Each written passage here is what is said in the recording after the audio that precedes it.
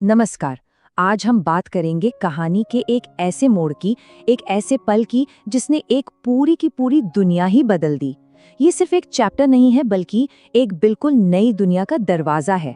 तो चलिए इसे मिलकर खोलते हैं।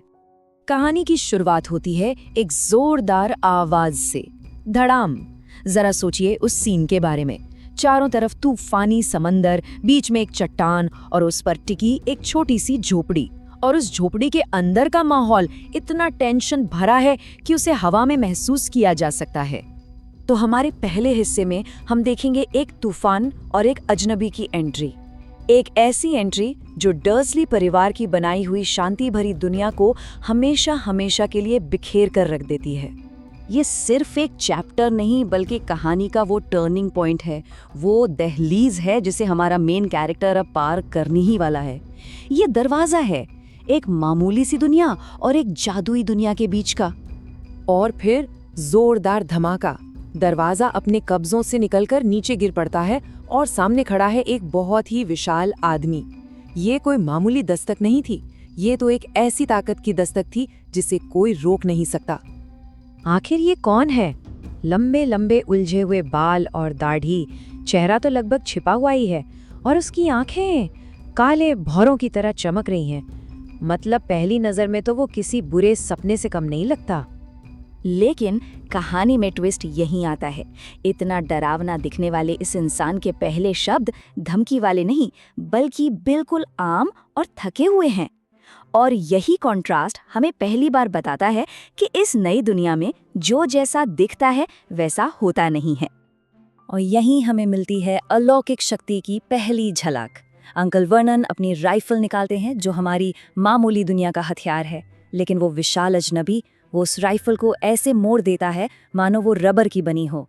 ये एक सीधा सा मैसेज था, पुरानी दुनिया के नियम अब यहाँ नहीं चलेंगे।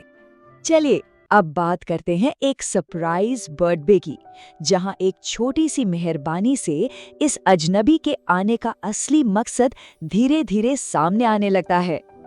थोड़ा सा पिचके हुए एक डिब्बे के अंदर से निकलता है एक बड़ा स्टिकी चॉकलेट केक। और ये हैरी को मिला उसकी जिंदगी का पहला बर्थडे केक था। ये सिर्फ एक केक नहीं है, ये प्यार और पहचान का सिंबल है, दो ऐसी चीजें जो उसे पहले कभी नहीं मिली। और अब हमें इस विशाल आदमी का नाम पता चलता है, रूबियस हैग्रिड। और उसका टाइटल, हॉगवार्ट्स में चाबियों और मैदान का रखवाला। ये एक ऐसा टाइटल है जिसमें बहुत सारा रहस्य छुपा है, जो उस छोटी सी झोपड़ी से बहुत बड़ी दुनिया की तरफ इशारा करता है। अब हम पहुंचते हैं इस चैप्टर के बिल्कुल दिल में, यानी उस महान रहस्योद्घाटन पर, वो पल जहां सिर्फ एक लाइन से सब कुछ बदल जाता है। हैग्रिड का ये सीधा सवाल टेंशन को और बढ़ा देता है। क्या तुमने कभी नहीं सोचा कि तुम्हारे मम्मी पापा ने ये सब कहाँ से सीखा? ये सवाल सिर्फ हैरी के दिमाग में ही नहीं बल्कि हम सबके दिमाग में भी एक शक पैदा करता है। और डर्सली के झूठ की दीवार में पहली दरार यहीं से पड़ती है।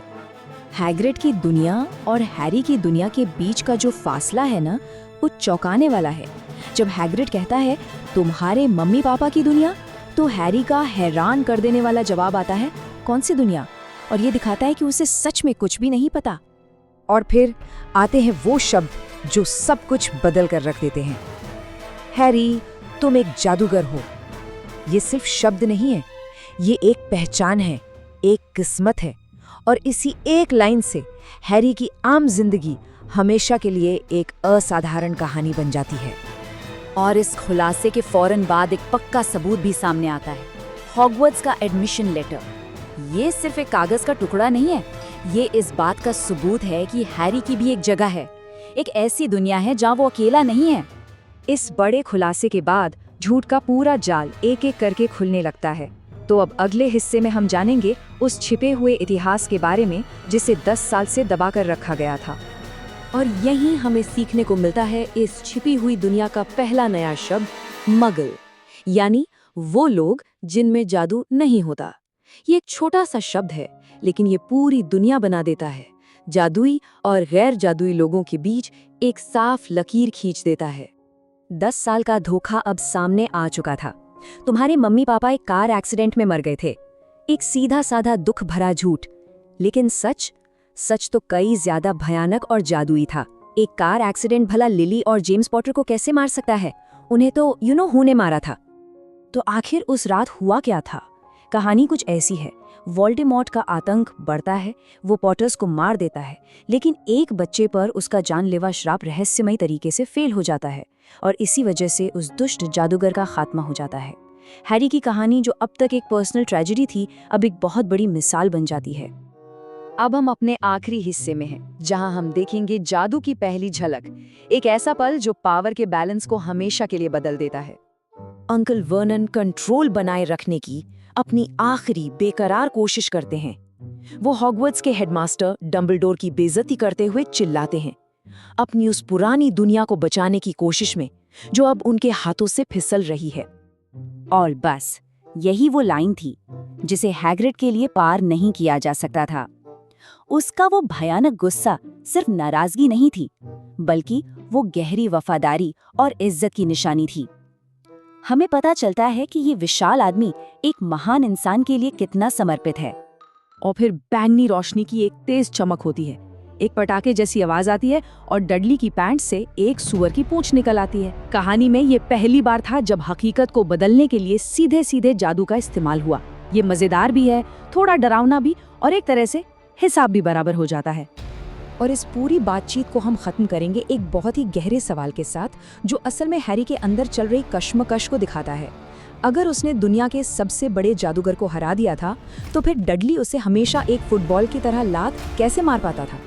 ये सवाल हमें ताकत, पहचान और खुद को खोजने के सफर के बारे में सोचने पर मजबूर कर देता है।